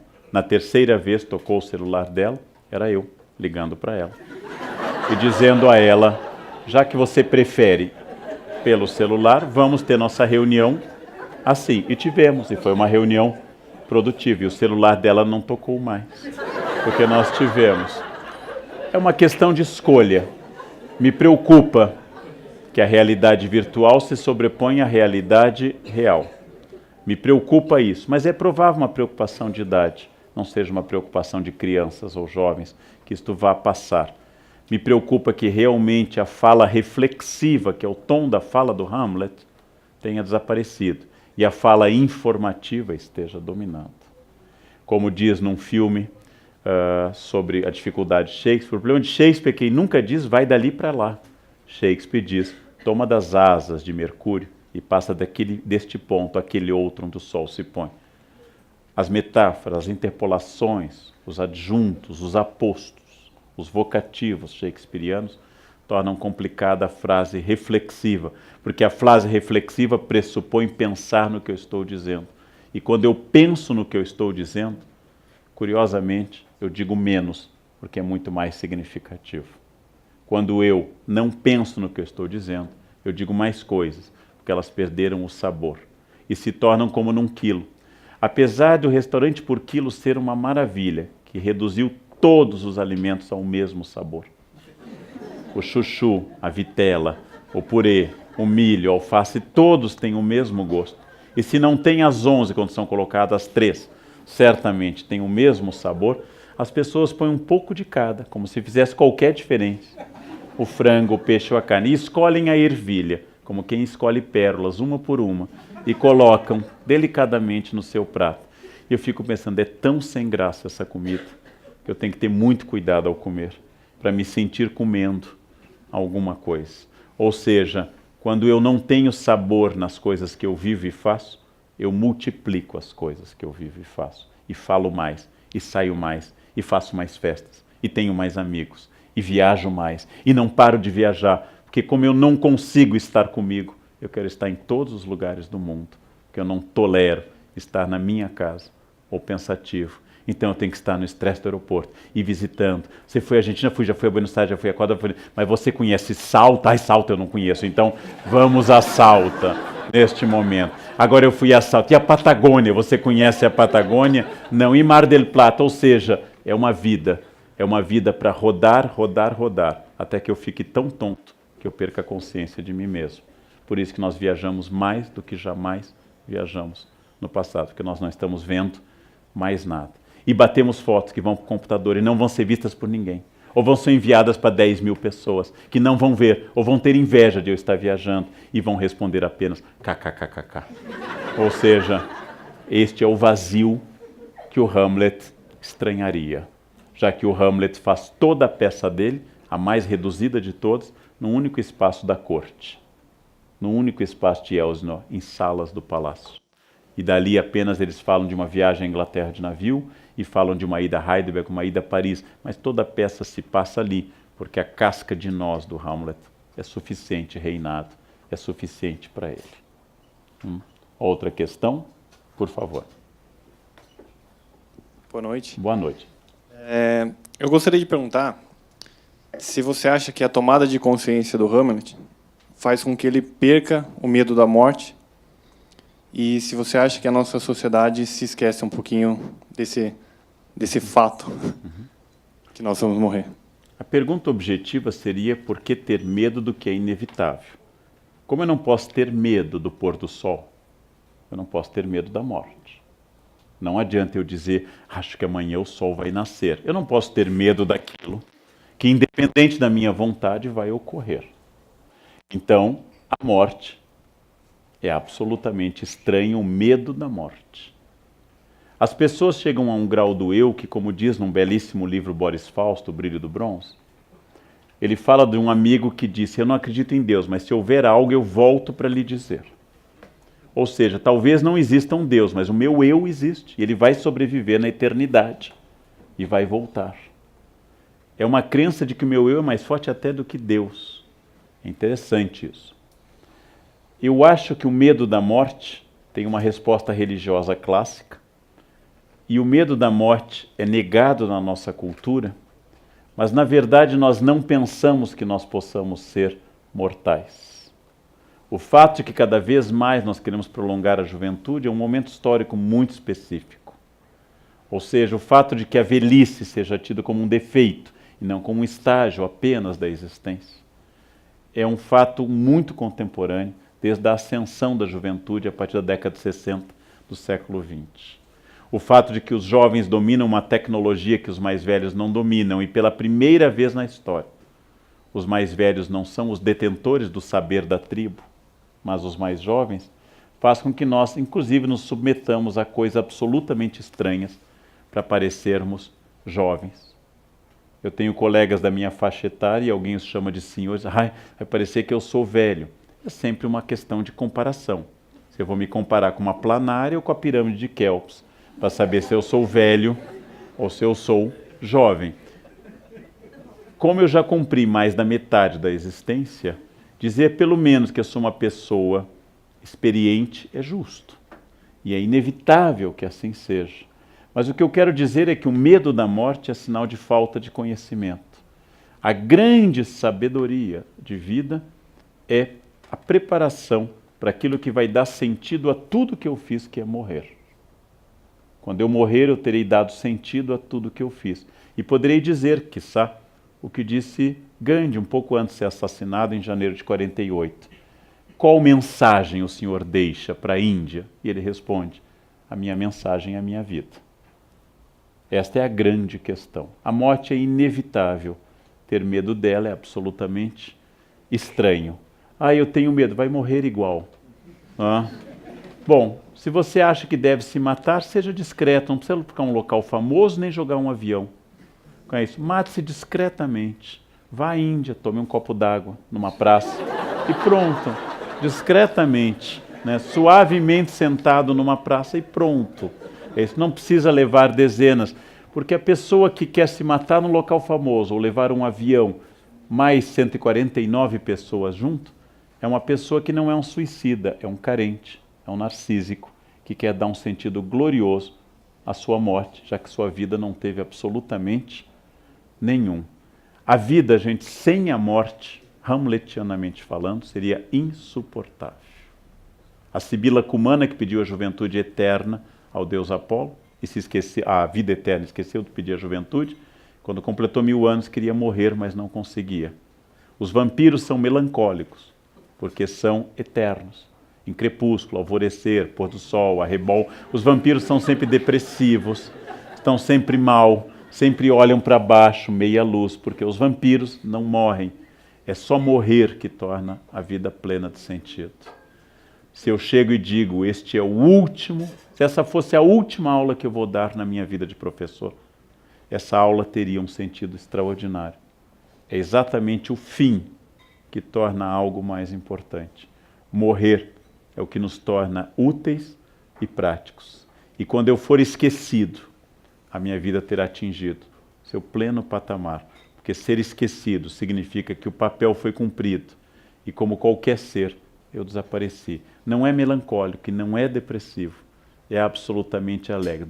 Melancólico e depressivo é você querer esconder a idade ou a falência inevitável da vida. Absolutamente inevitável.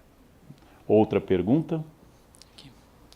A Fernanda gostaria de saber, na sua opinião, se o fato de Hamlet ser jovem influenciou a intensidade de dilemas que ele vivenciou e as soluções às quais ele chegou. É uma peça também sobre essa transição da juventude e da inocência para um outro estágio, talvez mais consciente a respeito do que o cerca e do que ele pode e quer fazer? É possível que sim, porque Hamlet começa a peça com prováveis 23 anos, segundo se calcula pela questão do Yorick, e termina a peça com 30. E essa mudança é dada 23 para 30, é um adulto e um homem de meia idade no século XVI para o XVII. Quando a média de vida não chegava a 35 anos, 23 era bastante. A questão da juventude é uma questão relativa e a ascensão do jovem é muito recente. Haja vista que na época de Hamlet não há, por exemplo, adolescentes. A adolescência é uma invenção posterior. A questão grave do Hamlet é a tomada de consciência da idade, do cargo e das grandes questões. Se Hamlet fosse apenas um homem prático, Hamlet é declarado no ato 1 que ele será o sucessor de Cláudio. Logo ele já está com a corte garantida. Basta ele fazer com o tio o que o tio fez com ele, derramar veneno, o que o tio fez com o pai dele, derramar veneno no ouvido. Ou seja, a questão do Hamlet não é esperar pelo poder ou pela estabilidade dada pelo poder, mas que tipo de vida ele quer viver, que tipo de vida ele acha que vale a pena ser vivida. Ou seja, a arte do Hamlet é o exercício da vida e não o objetivo final. E nisso Hamlet se aproxima de um poema épico hindu famoso, Bhagavad Gita, em que a cena mais famosa para os hindus é quando o Deus Krishna aconselha o guerreiro que está querendo não lutar na batalha, e o Deus Krishna, encarnação de Vishnu, diz a ele: você tem que lutar, porque este é o seu sentido. Você é um guerreiro. E se você lutar bem, este será o seu sentido. Isso o tornará possível, isso o tornará existente. Você precisa fazer o que você precisa fazer. Por isso a Ajurra se torna um guerreiro bom e modelo de comportamento. Hamlet vai ter que fazer o que ele precisa fazer, trabalhar com a verdade. E o preço da consciência é, de alguma forma, se não biologicamente, pelo menos mentalmente, o envelhecimento. Mas como nós não estamos aceitando o envelhecimento, nós criamos crianças cada vez mais protegidas do mal, porque nós achamos que envelhecer é o fim da felicidade e a vida adulta não é uma fase feliz. Por isso criamos crianças que devem viver uma infância cada vez mais longa, cada vez mais protegida, cada vez com menos traumas, porque como nós achamos dolorosa a nossa consciência, nós queremos privar os filhos dessa consciência. E graças a isso estamos criando crianças cada vez mais imbecis, em vários sentidos. Porque é o trauma que faz crescer, porque é o trauma que mostra o limite do meu mundo e o limite do outro. Como eu fui criado por uma geração que não havia trauma e se batia com facilidade, se insultava, e os professores debochavam e riam e não tinha trauma nem processo. E a gente não vivia bullying, porque a gente era o bullying inteiro, o tempo todo na escola, a gente era obrigado a amadurecer num sentido. A melhor coisa a fazer com uma criança é dizer que quanto mais cedo isso for possível, é bom que ela deixe de ser criança e comece a ser um adulto. Ou seja, como eu acho isso difícil para mim, eu acabo impedindo que este filho tenha acesso à vida adulta, porque ele é a minha chance de imortalidade, como disse Caligares num texto. Já que não há mais Deus, eu vou continuar no meu filho, e eu não posso punir nem bater no meu filho, mas ele pode bater em todo mundo, e ele pode fazer o que quiser, porque o importante é que ele seja feliz, na medida que eu não sou. Ora, suponho que uma criança deseje também a felicidade dos pais, e não apenas a sua própria. Outra questão, por favor. Boa noite. Boa noite. Karnal, a minha pergunta é bem específica em relação ao Hamlet e a questão das suas traduções. Por você já ter dito que tem uma experiência profunda com Hamlet, que já releu e leu, eu queria saber, você já citou o Milor, que se gaba de ter feito talvez a melhor tradução de Hamlet, né, nas palavras dele. E eu li um artigo uma vez dizendo que, em relação à sexualidade em Hamlet, porque há relatos até de que essa obra foi censurada, né, em algumas épocas. Eu queria saber como isso se dá, comparando algumas traduções, e como isso é colocado, até por uma questão de algumas obras quererem retratar e puxar para o português do século XV, essa coisa toda. Como que isso se dá em relação ao sexo, né? Bem, Shakespeare é notavelmente... Você fez, na verdade, duas perguntas interessantes. Shakespeare é notavelmente erótico. O baixo corporal é muito presente em Shakespeare. Há uma cena em que o porteiro atende no Macbeth, uma das cenas de maior tensão na peça, porque acabou de ser assassinado o rei da Escócia, e o porteiro atende e faz uma longa explicação sobre os efeitos do álcool sobre a sexualidade. E o porteiro explica que o álcool excita a vontade, mas retira as condições. Ele excita, mas murcha. Ele aumenta, mas faz fracassar. Ele está se referindo, metaforicamente, ao baixo corporal. Há cenas de vulgaridade ímpar em várias peças de Shakespeare, em que o baixo corporal, a tolerância é muito maior do que no século XVIII. Você vai encontrar melhor referência à sexualidade em Shakespeare do que em Racine no XVII, por exemplo. Você fala das traduções, de fato Milor fez uma boa tradução para o teatro. A tradução do Milor é muito boa para quem vai representar.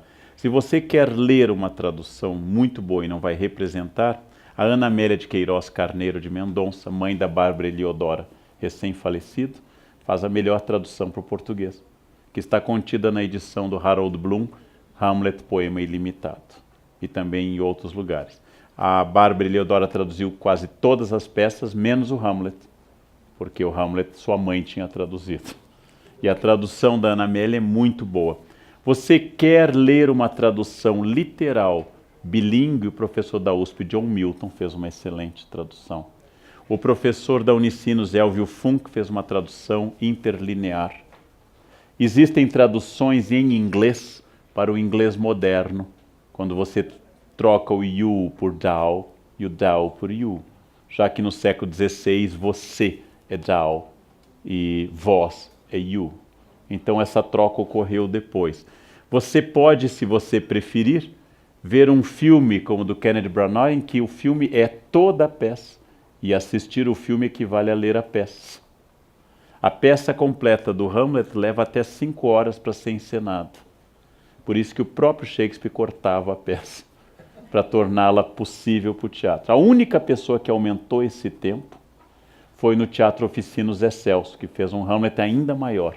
O Zé Celso conseguiu aumentar o texto do Hamlet, mas geralmente ele é cortado. Mas naturalmente a tradução às vezes é tão misteriosa, só para lhe dar um exemplo, há 80 anos, a primeira grande tradução para o português, introduziu uma palavra na peça. Introduziu a palavra vã, quando Hamlet diz, há mais mistérios entre o céu e a terra do que possa imaginar vossa ou sua filosofia. Mas o tradutor introduziu vã. Ficou tão boa essa palavra que quase todos os outros tradutores, inclusive os modernos, mantiveram o vã que não está no original.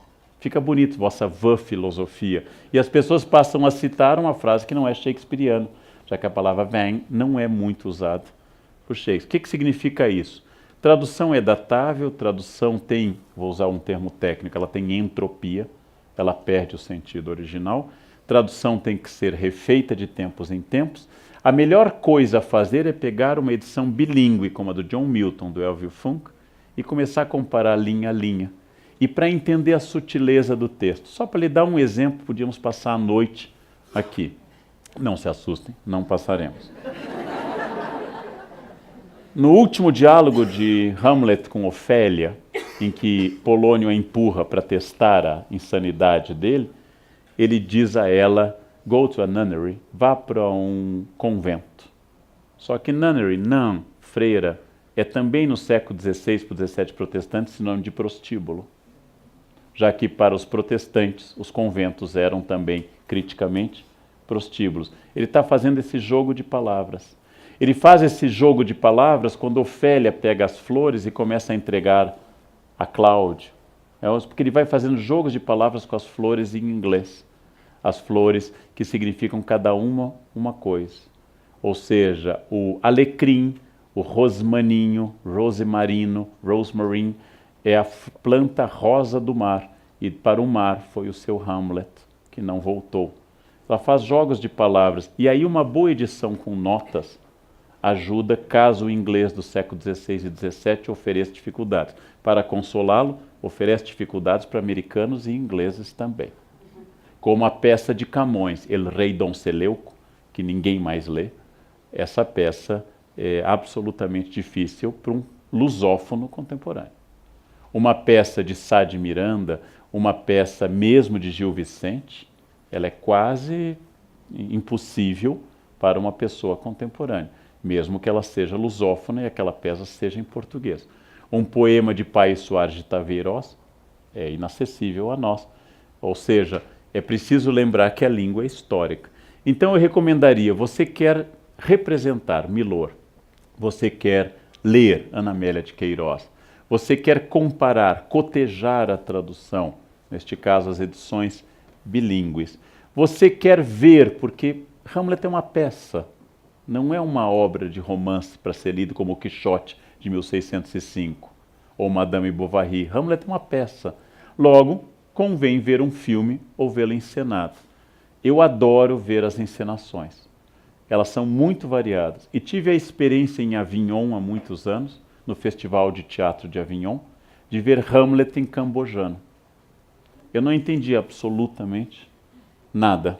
Fiquei feliz ao ver que as pessoas na plateia também não estavam entendendo absolutamente nada. Porém, como eu conheço bem a peça, eu vi como um grupo cambojano encenava o Hamlet, ou como os japoneses encenam, por exemplo, Kurosawa fez Ran e fez também Trono Manchado de Sangue, como ele encena a peça como Macbeth ou Rei Lear, como ele traduz para o cinema japonês essas peças. Resultado, é uma obra, usando a expressão de Humberto Eco, aberta. E a tradução é uma obra aberta. O problema das traduções que circulam na internet é que elas são as traduções feitas há 70 anos que não têm mais direitos autorais. São essas que circulam na internet.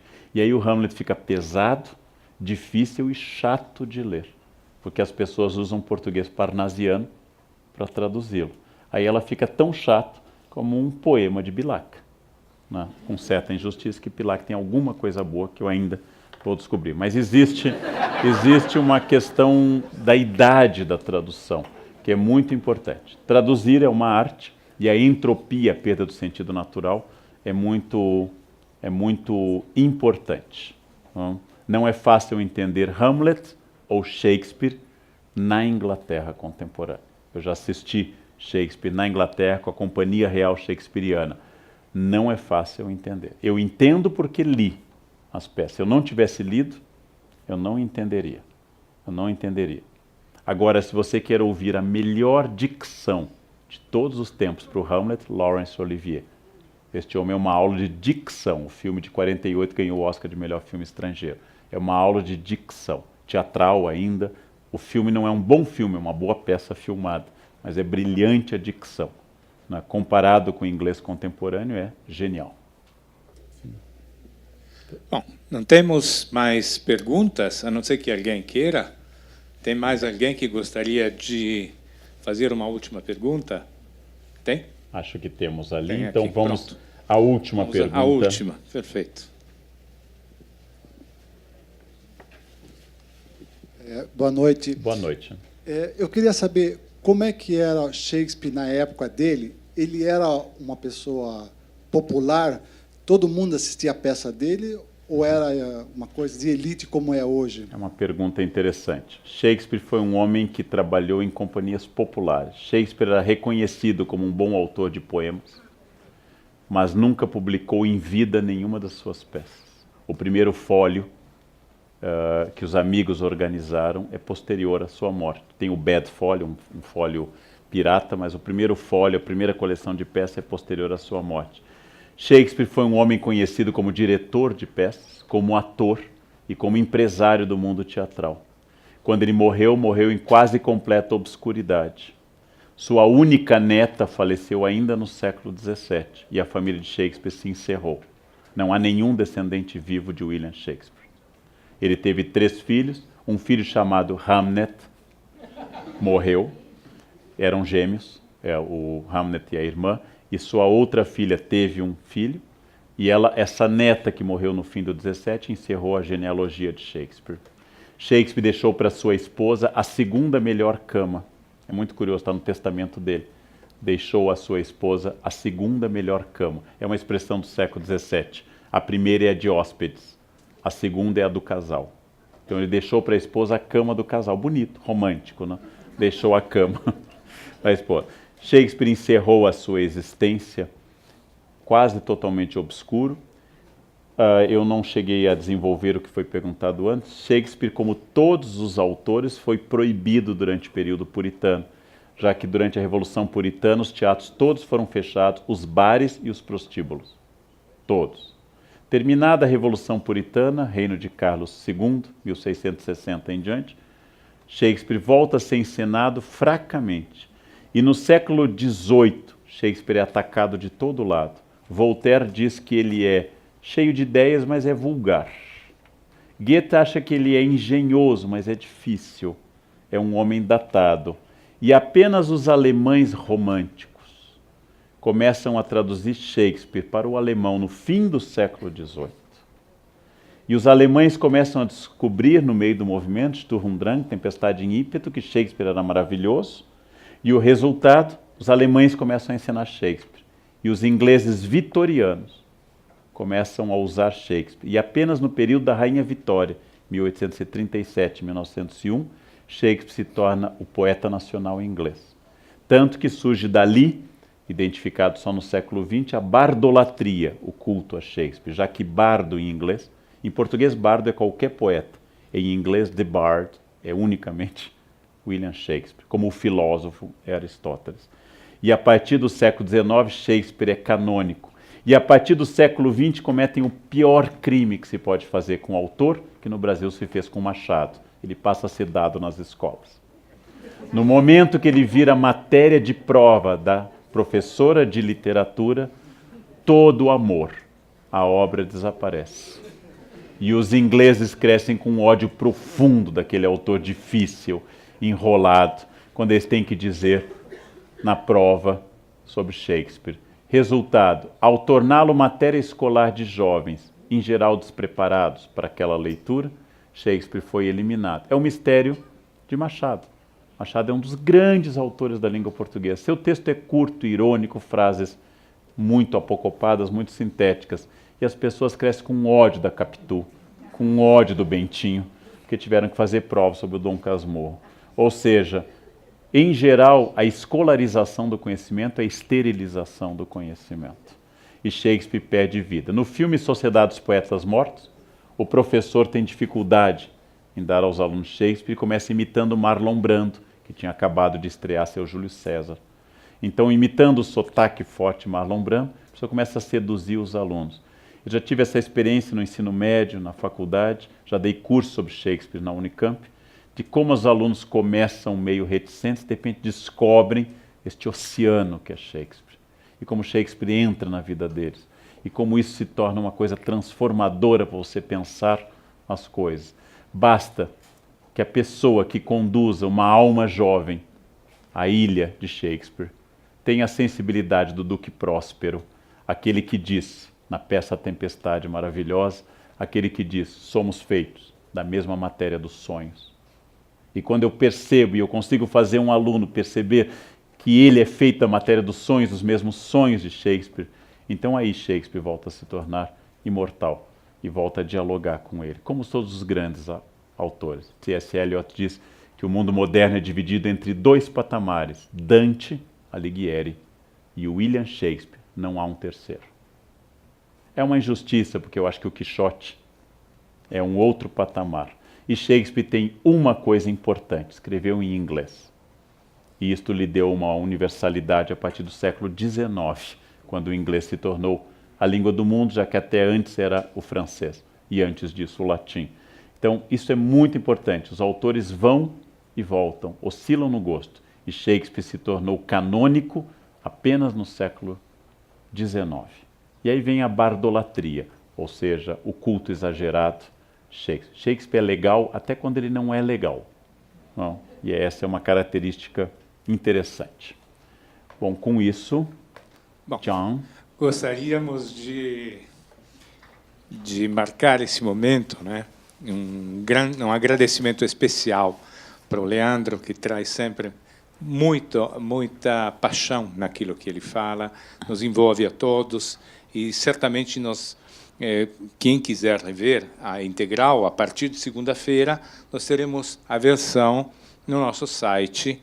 Então, vocês poderão curtir não só todas as palestras que já tivemos aqui, como também a de hoje, a partir de segunda. Excepcionalmente, na próxima quarta-feira, todos são convidados para o encerramento desse módulo, belíssimo módulo. E teremos, então, José Miguel Wisnik com o tema Macunaíma, de Mário de Andrade, e o enigma do herói às avessas. Portanto, contamos com a presença de vocês, mas gostaríamos de encerrar com um agradecimento caloroso ao Leandro Carnal. Por favor. Obrigado.